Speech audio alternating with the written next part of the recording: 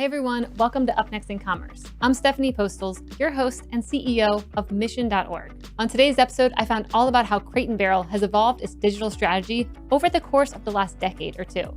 And to talk about it all, I had Joan King join the show, who's the Senior Vice President of e-commerce and international at Crate & Barrel. She's been a part of the entire transformation, very beginning. And she told me all about where the company has been, where it's going, and why foundation is key. Let's hop into it.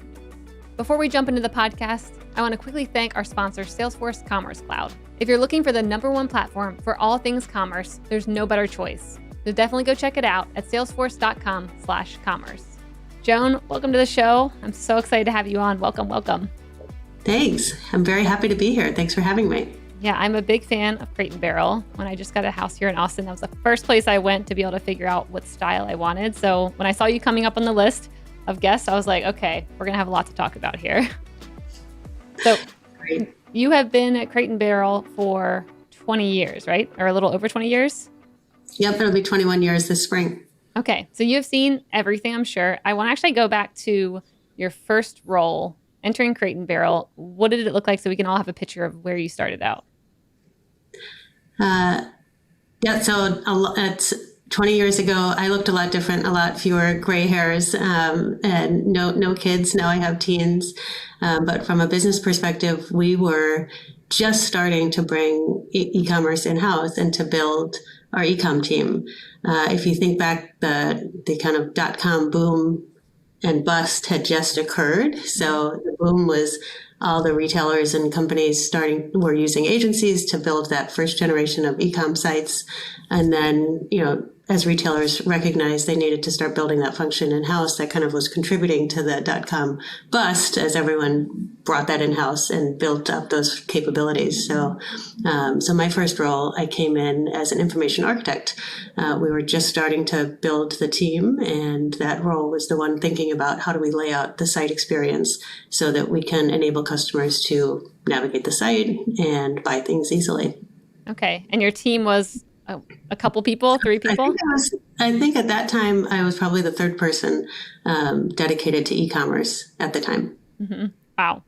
Did you know that you were going to stay at Crate & Barrel for 20 years? Like when you started out where you're like, this is the company for me, this is where I want to stay, or did that just happen?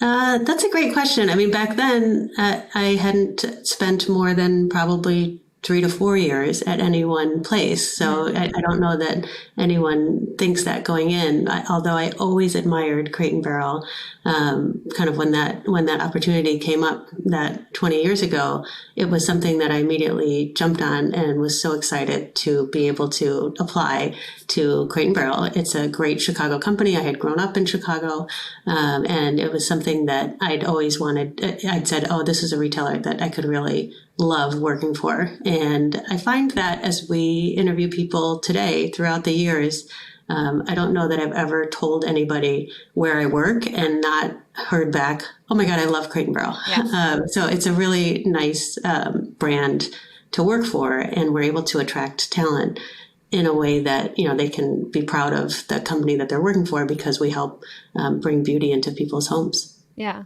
I mean, keeping such a high performer for that long is very impressive, and to me, a testament to the company. What do you think it was that Crate & Barrel did to keep you engaged and keep you there? Because I'm sure, many companies now are struggling with hiring.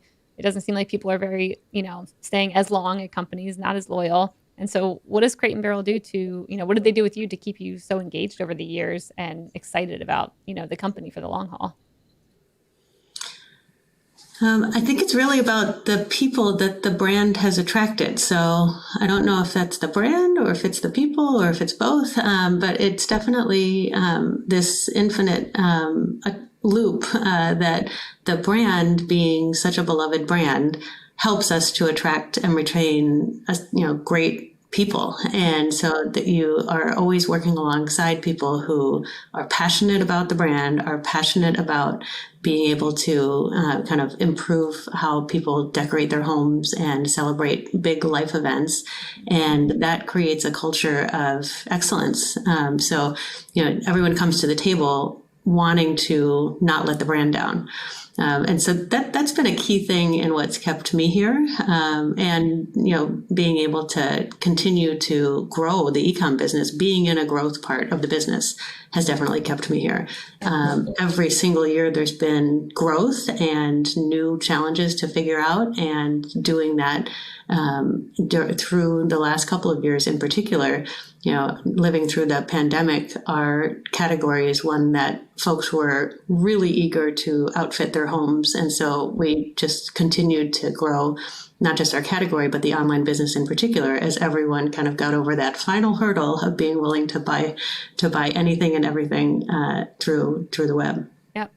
What were some of the surprising shifts that maybe happened throughout your time at Crate and Barrel, or maybe in the more recent months? I mean, maybe that's been the most surprising customer behavior shifts, but what have you seen that, were something that you weren't really expecting?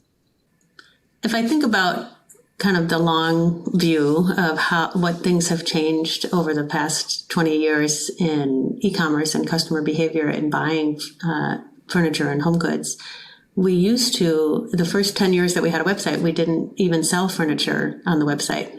You had to go to the store to purchase it. And it was something that we debated and even put things in place that we thought were, or at the time, maybe they were protections for customers so that they didn't make bad choices about what they were buying. And so you had to go to the store to get a swatch. You had to talk to a human being before you could do certain things with your orders. And now when I think about that concept, we've completely reversed that, especially after the last couple of years, customers have an expectation that they can do everything that they need to do that they feel is, not something they want to talk about. They want to approve things. They want to check on their order. They want to book their delivery. They want to do everything, from their phone in about 3 seconds. And so we've spent a lot of time removing any and all constraints that we had put on operationally, in the name of let customers do things exactly the way they want to do them, and make sure that when they do talk to a human being, that is really elevated, and they want to get advice. They want to get a reinforcement of like, is this actually going to look good together? Those are the things that we want to make sure our associates have time to really dig in and do a great job with those services. And all of the other transactional or mundane things are things that customers want to do themselves. And so we had to really invest in making sure that our sites supported that and let customers do everything they want to do themselves right from their phone as quickly and as painlessly as possible. Yep. Yeah. I mean, that makes sense for the world we're in today. But yeah, even thinking back to going to different stores like a JCPenney's and going with my parents and then being like, yeah, you go in there and you have to talk to someone and then you call this other person. It was such a process. But back then it felt very normal to be like, oh yeah, we don't actually walk away with anything today. You can't really buy it here. It's just a multi-step process. Right. But when it comes to today, what kind of friction points or constraints do you think maybe a lot of companies are missing when it comes to the customer journey that are just still accepted? Like, are there companies or processes that you look at right now where you're like, oh, there's still quite a bit of friction in this customer journey that a lot of companies are kind of missing? I think it's still, particularly for considered purchases like furniture or anything that is a bigger ticket item, there is a need for the channels to be completely seamless, and making sure that every decision that the company makes considers that and make sure that they remove any hint of operational barriers. I'm surprised that there's still conversations in retailers talking about separating e-commerce from store business. So I was actually just reading about this. I won't name the brands, but I did see, I was thinking this has to be due to the stock market, and they're trying to have, different metrics depending on what they're at. But I see these, I would say more definitely older brands trying to separate their e-com business from their retail. And I don't really understand what's happening. So maybe you can tell me, one, why do you think that's not a good idea? And also, why do you think they're doing that? I think it's a very financially driven analysis that is not considering customer behavior. It seems, Yeah, I don't understand it either. I'm Okay. actually shocked I'm shocked when I hear it. Honestly, that conversation's still going on, like in this day and age. Yeah. But I think it comes down to it's a very financially driven view that is being a little bit dismissive of how customers shop and how customers view brands that they're dealing with, and the need for customers that there's a need for physical retail, especially for certain categories, and that it has to be looked at as the full experience. Customers buy from a brand; they don't buy from a channel; they buy from a brand.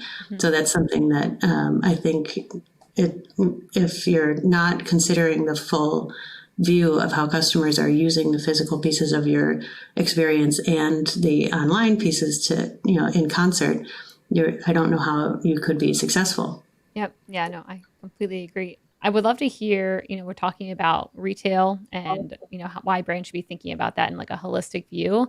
And I want to hear, how you guys are thinking about retail versus e-commerce and how to actually make this a seamless experience for the customer. And how are you thinking about those investments?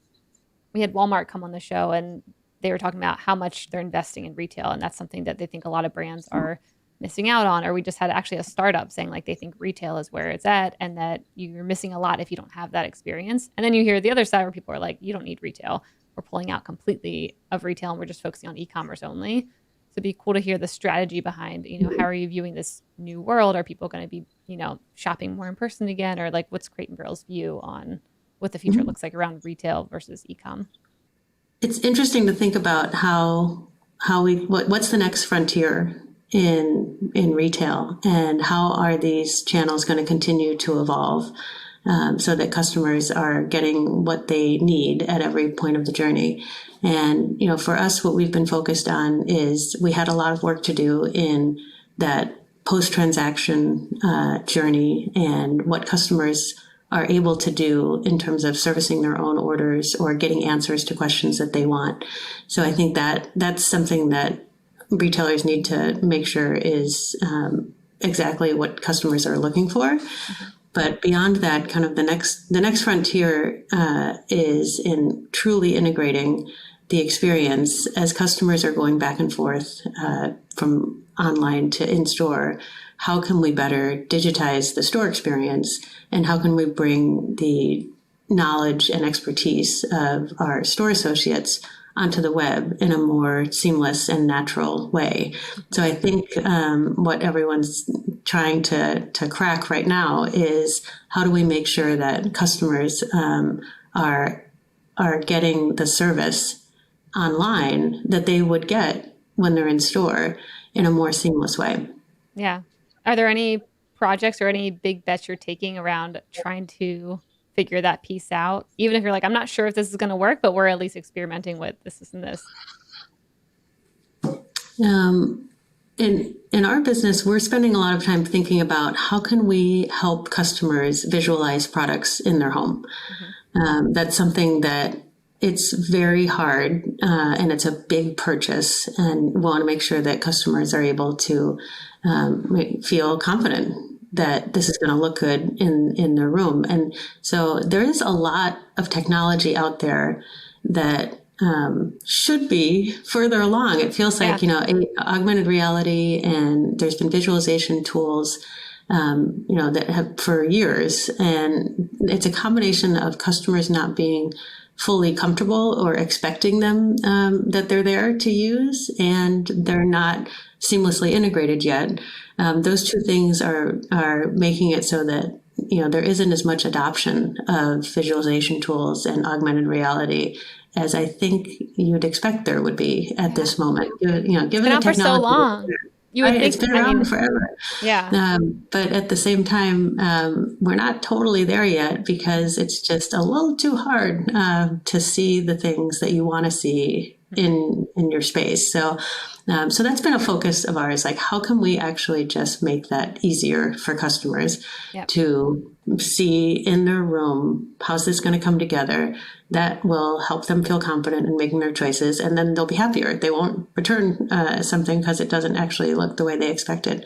And putting those tools in the hands of our associates, so that I think that's been why some of these things haven't been adopted as much as you'd like, because when those big discovery moments are happening, they're usually in the store talking to associates.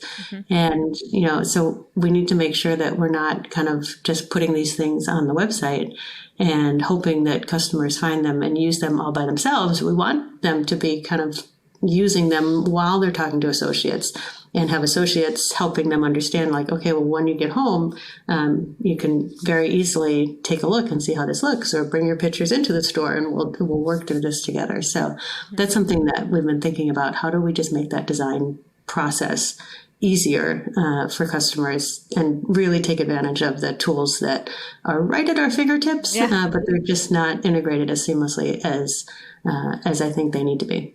Yeah, I sometimes wonder for like augmented reality adoption, if too many people got burned in the beginning, where it's like they tried out the technology and it's just like, I mean, I remember back when I was working at Google, we were trying like these different apps we were building, and I remember being like, oh my gosh, like no. And then I didn't come back to it until like recently. And I wonder, is there a period where you basically burn out the beta testers, the people who are really excited to try something, and then they just kind of write it off for a few years and be like, I'll revisit. And now to me is the time to show people like, well, let's re-educate you. Like it's advanced a bit from probably when you tried it out 3 years ago, at least. And it always seems very interesting to me about that time period of, early users, I guess. Right. Yeah. We've definitely tried things too early. We call that bleeding edge instead of cutting edge, where, if the technology is not there yet, or if the customer is not ready yet. And sometimes that's both sides of the same coin. But it's evolving really quickly. I think as phones and all the advancements that are happening are really pushing that further. So I think that's something that we'll start to see greater adoption a lot more quickly. Yeah, I agree. I just had on a guest yesterday from this company, Zero Light. And they essentially they're taking like video game principles and applying it to commerce. And they're starting out in the auto industry. But it was very interesting where he's like, what you would expect from a video game is this high fidelity and like all the shadows are working. And, if you put something in the screen, it has to be like actually on the floor, not like floating in space. And it's very interesting talking to him and being like, oh man, more of these game design principles need to be applied into commerce, because you already have the technology. It's just in a different industry, and how to think about like, how can you pull that in? Because the expectations that are over there are probably the same when it comes to shopping. If you're putting a couch in your room, you don't want it to be hovering. You want it to be actually there, and you want to be able to see the texture of it and the fabric, and which is a very cool thought process yesterday that kind of ties into this too. That's 100% true. I think we use that example a lot, that it shouldn't be that I can track the making and delivery of my pizza so much, with so much more easily than my sofa, right? So that's definitely something where the expectations of customers are going to, cross category lines. And so when there's innovation happening in one industry or in one category, we have to be paying attention, because customers are expecting, like, I should have even more information than what I have on my pizza, because it's a much bigger deal and a bigger purchase. Yeah. We have this other podcast called Business X Factors, where we interview CEOs of, Global 2000. And that's actually one of the biggest things they say, is that they're always looking outside their industry to try and find insights to figure out a problem that they currently have. And, it might be, I don't know, an airline company, and they're going to be looking into a very irrelevant, like the hotel industry, to see how they maybe handle, customer experience in a different way. Have you ever kind of gone down that thought process to be like, let me look outside our industry? Like you just mentioned, I mean, the pizza example is great, but are there other industries that you kind of keep tabs on to see what they're doing and experimenting with?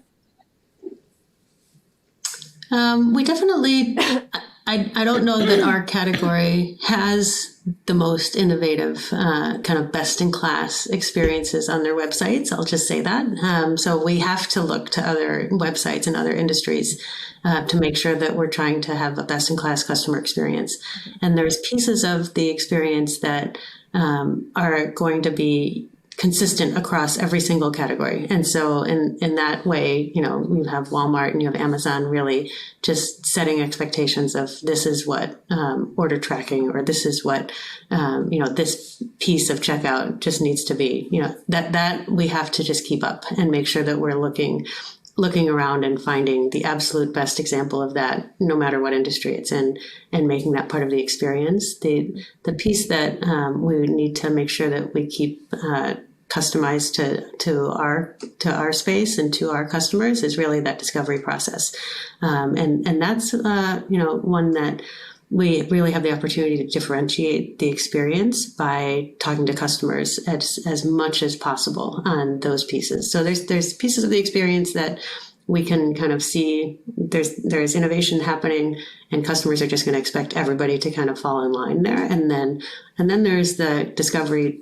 portion, which I think there's a lot of innovation that we can bring to just giving a better experience for helping customers decide what is the right piece of furniture for their space, or what is the right thing for them to be bringing into their home. Yep. Yeah.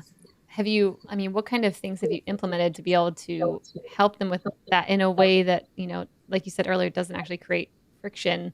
Because sometimes too much help can be like, oh, I would have just ordered by now, but now, someone's trying to make sure it's perfect. And maybe I'm okay with it not being perfect, but have you found a process that works well to help them, but also keep customers kind of moving along in an efficient and good way? We found that the best innovation we make is when we spend a lot of time talking to customers specific to a category. Mm-hmm. So it's very different what a customer needs when they're trying to decide between a couple of different sofas and when they're deciding between two different coffee machines. So that is something that we really make sure that we're locked in with the customer with the task that they're in, and really develop specific category specific content and guided selling that is rooted in what they're telling us is hard. So that I think is something that has been differentiating for the experience that we give to customers online, is that if you try to be kind of spread too thin in giving the same selling tips or the same guided selling across all different product types, you're not going to be in line with what is top of mind for customers or what's hard for customers about that particular decision. Mm-hmm. So we spend a ton of time talking to customers about individual categories and researching what it is that they need for us to digitize or bring online, and providing that at the right point in the journey. Oh, that's really smart. You think about so many companies right now, you go online and it's like the same chat box, no matter if I'm on a, $5 thing or a $5,000 thing, it's like the same customer experience. I haven't heard of too many brands thinking, by category and being like, if you're shopping for, a $5,000 couch or whatever, you're going to have this type of flow when it comes to customer support and help. And if you're searching for a coffee maker, you'll maybe, get this where you can click into it if you need the help. But that's a really cool way to think about how to actually help the customer in a way that works for them and for the price points too. I think it's definitely it's difficult. Mm-hmm. I'm sure. I think that's why we don't see it everywhere, because mm-hmm. it's something that is not. You have to actually do the work of finding out what it is for that particular category, and then develop a lot of content that is specific to that feedback that you just got. And so it's not something that is, automated very easily. It's not something that, you can kind of just set it and forget it. It's something that we have to be consistent in getting the feedback from customers, creating the content, and then constantly pruning and editing that content to make sure that it's consistent with what customers are looking for. Mm-hmm. Okay, so I want to hear a bit about, the channels you're investing in. We've heard over the past, I would say this year, I've heard so much about brands investing in shoppable TV and brands, of course, always thinking about how do we get on TikTok and make that more efficient, or everyone has a different strategy, but shoppable TV keeps coming up. And I want to hear, what you all are doing at Crate and Barrel and how you're thinking about investing in media in the coming year or two. Yeah, we've seen dramatic shifts in how customers are finding us and what's the most relevant way for us to be where our customers are. So we definitely have seen a big shift to social platforms. That's one of our fastest growing sources of customers is coming in through those areas. Shoppable TV is something that is right in our wheelhouse because we have the expertise that customers are looking for. And for years, the stores have been the home of demonstrations or gift registry events or special series that we have influencers come into our stores. So we kind of already have this beautiful set of content and events that have occurred and that we'll continue to invest in making those available to customers online. So I think that's something that we definitely are working towards is how do we take all of the expertise and the fun, engaging, inspirational events that occur in our stores and capture that energy and that content and deliver it to customers in a way, both live and as archived events that customers can take advantage of them and integrate them into the shopping experience kind of on demand. Yeah, that's great. Are there any pieces of technology maybe that Crate and Barrel is exploring or that you're personally curious about? I mean, you're talking about events and, bringing what's happening offline, online, and of course, my first thought goes into, okay, how do you make that into an experience, metaverse, NFTs, all the buzzwords start popping up. So is there anything that you guys are thinking about or you're just personally curious about?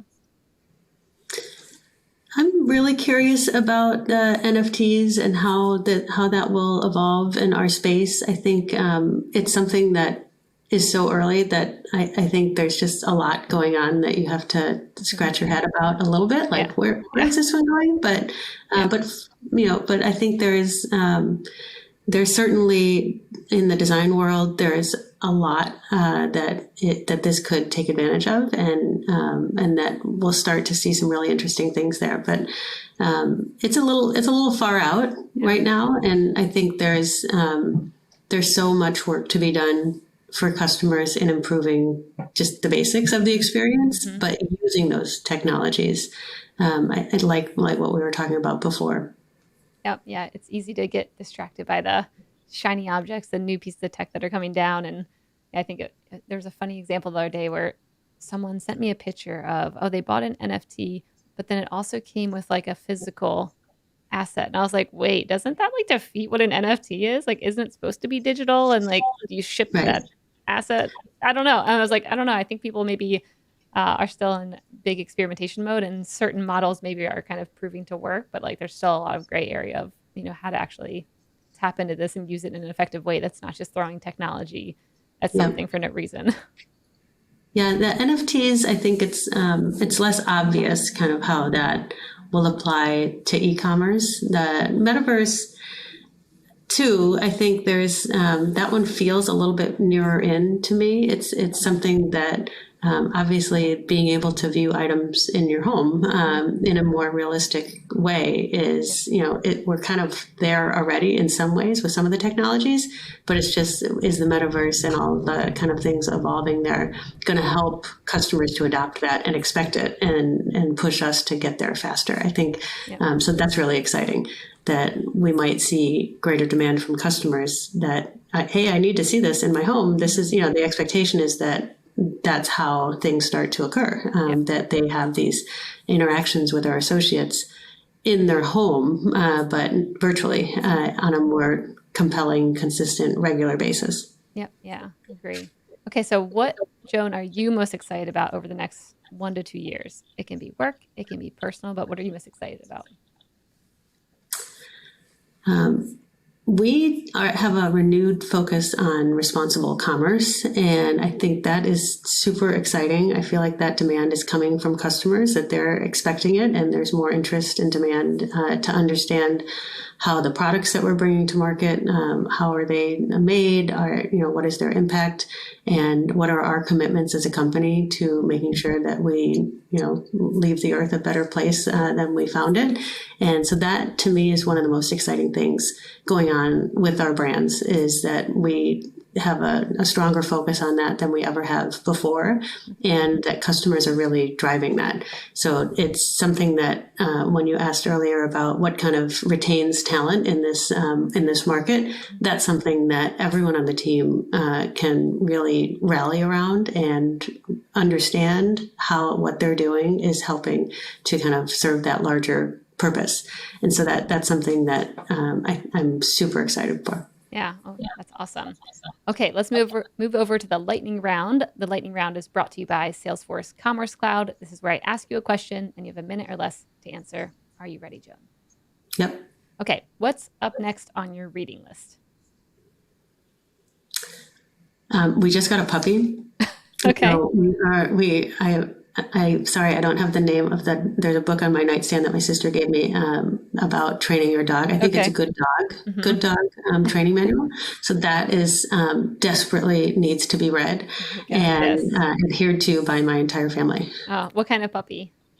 He's a half lab, half mountain dog, Bernese mountain dog. I bet that's cute. He's adorable, and his name is Tank. Okay. I need to eventually see a picture of Tank because that sounds like a really cute mix. I have many, many pictures of Tank. I'll send you. Yeah, please do. If you were to have a podcast, what would it be about and who would your first guest be? Because I heard you like podcasts. I think you mentioned that somewhere. If I had a podcast, I would interview Scott Galloway, because I am slightly obsessed with his podcast. I listen to it religiously, and I find that I learn a lot from that podcast, and I enjoy it and laugh out loud. So I would want to reverse the tables there and put him in the hot seat. I love that. What's the nicest thing anyone's ever done for you?